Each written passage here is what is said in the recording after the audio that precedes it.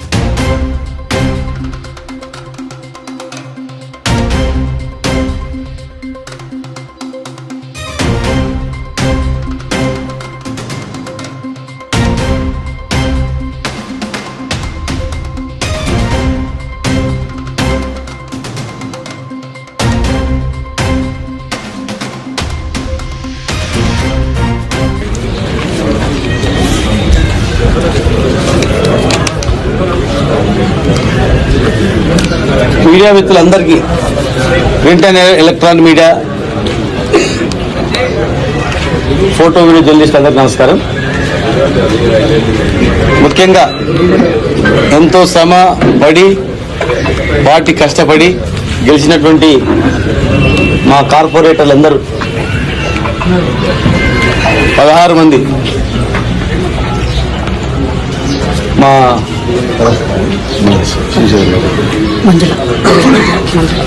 మా మంజుల శ్రీశైలం కూడా మా పార్టీ రెబల్గానే చేసి మరి ఎలక్షన్ల కన్నా ముందు కూడా చెప్పిన ప్రకారం మళ్ళీ ఇప్పుడు పార్టీలో వచ్చి మళ్ళీ రావడం జరిగింది. కొత్తగా చేయని ఏం లేదు, ఆల్రెడీ పార్టీలో ఉన్న వ్యక్తి కనుక మరి ఈరోజు జాయిన్ అయ్యి మీతో పాటే ఉంటాం అని చెప్పి వచ్చినటువంటి అందరికీ 16 మంది కార్పొరేటర్లకు మరి వాళ్ళ గెలుపు కృషి చేసిన వాళ్లకు మరియు స్వల్ప మెజార్టీతో కావచ్చు రకరకాలుగా ఓడిపోయినటువంటి మా కార్పొరేటర్లకు సహకరించిన వ్యక్తులకు అందరికీ కూడా పేరు నమస్కారం. రాష్ట్రంలో బీఆర్ఎస్ ప్రభుత్వాన్ని మన బీఆర్ఎస్ పార్టీని ఎదుర్కోవడానికి సిద్ధాంతాలకు అగెనిస్ట్ గా ఈరోజు ఇక్కడ మహబూబ్నగర్లో చాలా ప్రాంతాల్లో అన్ని పార్టీలు ఐక్యమై మరి బీఆర్ఎస్ ఓడించడానికి ప్రయత్నం చేశారు. కాంగ్రెస్ ప్రభుత్వం ముఖ్యంగా అధికారాన్ని ఉపయోగించుకొని పోలీసులను ఉపయోగించుకొని ఓటర్లను అనేక రకాలుగా భయపెట్టించి మభ్యపెట్టి కొంతమంది పోలీసు అధికారులు దురుసుగా ప్రవర్తించి ఓట్లు వేయాలి గెలవకపోతే మీ సంగతి చూస్తామని భయపెట్టించి భయభ్రాంతులకు గురి చేసి ఎన్నో దగ్గరుండి ఎన్నో నీచమైన పనులు కూడా చేసి కొంతమంది మరి ఎన్ని చేసినా కూడా ఓటింగ్ శాతం చూస్తే దాదాపు 5% డిఫరెన్స్ ఉంటుంది, అంతే 5-6%. 2027లో మేము ప్రభుత్వంలో ఉన్నప్పుడు ఉమ్మడి జిల్లాలో ఒక 5% కూడా లేదు గెలిచినటువంటిది. ఇవాళ 2.5 సంవత్సరాల్లోనే దాదాపు 30% వరకు బీఆర్ఎస్ పార్టీ నాయకులు గెలవడం, ఓడిపోయినా కూడా స్వల్ప మెజార్టీతో. ఈరోజు మేము దాదాపు 5 సీట్లు 50 ఓట్ల లోపల, ఇంకొక 3 100 లోపల, దాదాపు 100-120 లోపల మేము 10 సీట్ల వరకు మేము కోల్పోవడం జరిగింది. అంటే మద్యము, డబ్బు, అధికార దుర్వినియోగము, ఎలక్షన్ ఫిర్యాదు చేసిన బ్యాలెట్ నెంబర్లో 2 అని ఇచ్చి తర్వాత 3లో పెట్టిన ఇష్టానుసారంగా వివరించినా కూడా మరి 16ను బీఆర్ఎస్ పార్టీ కైవసం చేసుకోవడం జరిగింది. గెలిచినటువంటి వాళ్ళందరూ కూడా నిబద్ధత గల వ్యక్తులు, కష్టపడినటువంటి వ్యక్తులు, ముఖ్యంగా యువకులు రావడం జరిగింది. మహిళలు కూడా మంచి చదువుకున్నటువంటి వాళ్ళు, ధైర్యవంతులు చాలా మంది కూడా ముందుకు రావడం జరిగింది. మరి వీళ్ళందరినీ కలుపుకొని ప్రతిపక్ష పాత్ర పోషించి ఈ పట్టణంలో ఉన్నటువంటి పెండింగ్ పనులన్నీ కూడా హాస్పిటల్లో ఉన్నటువంటి 570 కోట్ల టెండర్లు కావచ్చు, హాస్పిటల్ ముందర ఉన్నటువంటి టూరిజం హోటల్ కావచ్చు, మిగిలిపోయినటువంటి ట్యాంక్ బండ్ పనులు కావచ్చు, హజ్ హౌస్ కావచ్చు, మైనార్టీ స్కూల్స్ కావచ్చు, బీసీఎస్ఎస్టీ స్కూల్స్ కావచ్చు, క్రిస్టియన్ భవనం కావచ్చు, మిగిలిపోయినటువంటి అద్వంతం మిగిలిపోయినటువంటిది, ఇంకా అనేక రకాల పనులు ఇక్కడ నిలిచిపోయాయో అవన్నీ కంప్లీట్ చేసే దిశగా ఖచ్చితంగా మా నాయకులు ఒత్తిడి తీసుకొచ్చి ఆ పనులను వేగవంతం చేసేటట్లు టీడీగుట్ట చిందార్పల్లి దగ్గర మిగిలిపోయినటువంటి బైపాస్ రోడ్ను కంప్లీట్ అటు అప్పన్నపల్లి కలిపేటట్లు, ఆ మిగిలిపోయిన ఆ పని కూడా కంప్లీట్ అయ్యేటట్లు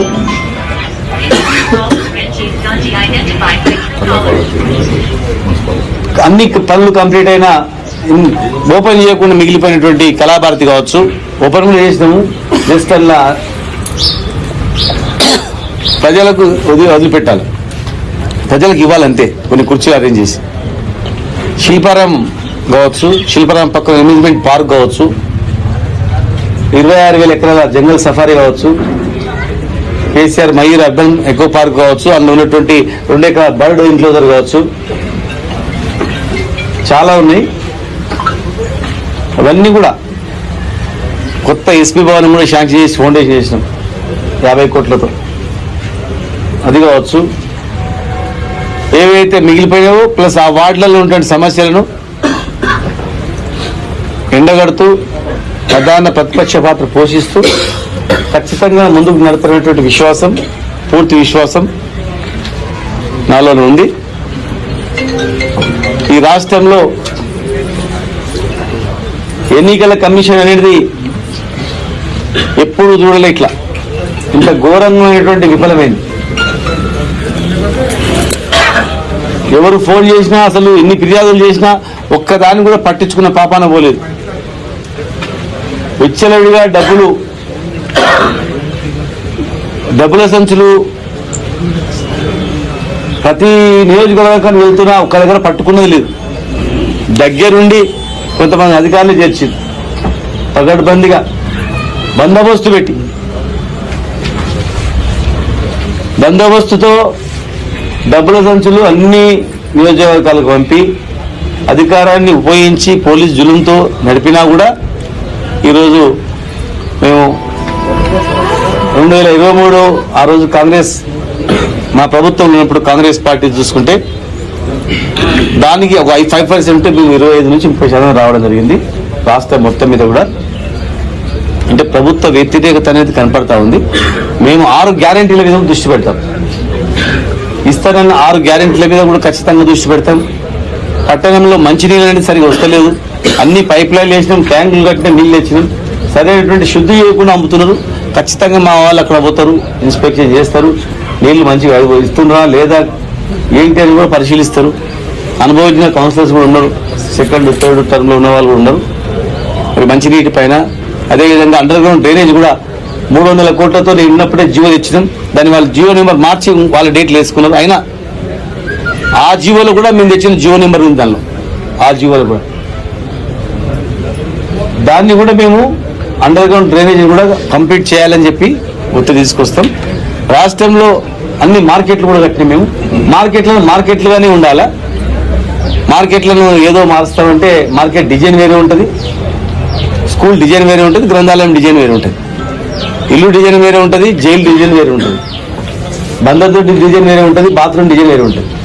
ఇది ఏ దాన్ని కట్టింది దానికే ఉపయోగించాలి. మేము కూడా మనసులోనే కనుక అలాంటిది కట్టేట్టు మార్కెట్లు కూడా అన్ని ఇచ్చేటట్లు, మార్కెట్లో ఉన్నటువంటి ఆరకటికలకు, మా ముద్రాలకు, చేపలు, మిగతా కులాలకు, అన్ని వర్గాలకు కూడా అందేటట్లు మేము ఖచ్చితంగా కూడా మేము కంప్లీట్ చేయకుండా మధ్యలో ఆగిపోయినటువంటి పనులను ముందుగా అయ్యేటట్లు, 6 గ్యారెంటీలు అమలయ్యేటట్లు, రాష్ట్ర వ్యాప్తంగా కూడా కాంగ్రెస్ పార్టీ ఇచ్చినటువంటి హామీలు అమలయ్యేటట్లు రాష్ట్ర వ్యాప్తంగా కూడా మేము కార్యక్రమాన్ని నిర్వహిస్తాం.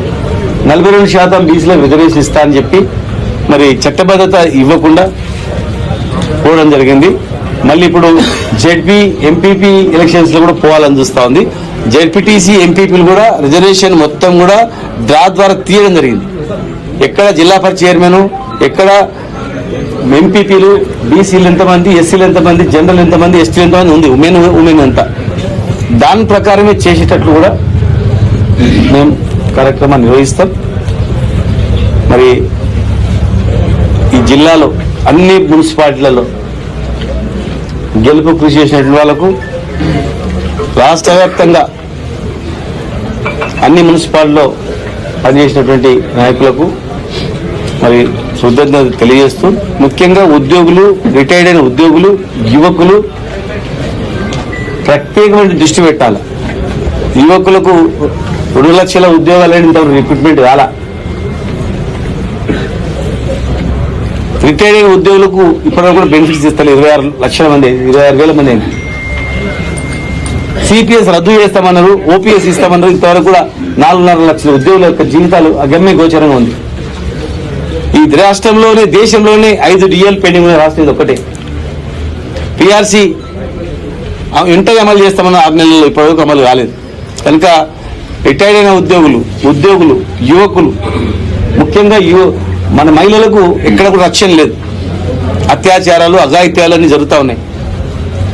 అవన్నిటిపైన కూడా మా మహిళా కార్పొరేటర్లు వాటిపైన దృష్టి పెట్టి మరి మేము ప్రధాన ప్రతిపక్ష పాత్ర పోషించి ప్రశాంతమైనటువంటి వాతావరణంలో మహబూబ్నగర్ను ఉండేటట్లు మా వాళ్ళందరూ కూడా చేస్తారని చెప్పని మరి మీ ద్వారా తెలియజేస్తా ఉన్నాను. ये थे आज की खबरें और आप दीजिए खालिद अली को इजाजत और आप देखते रहिए एएनए न्यूज़।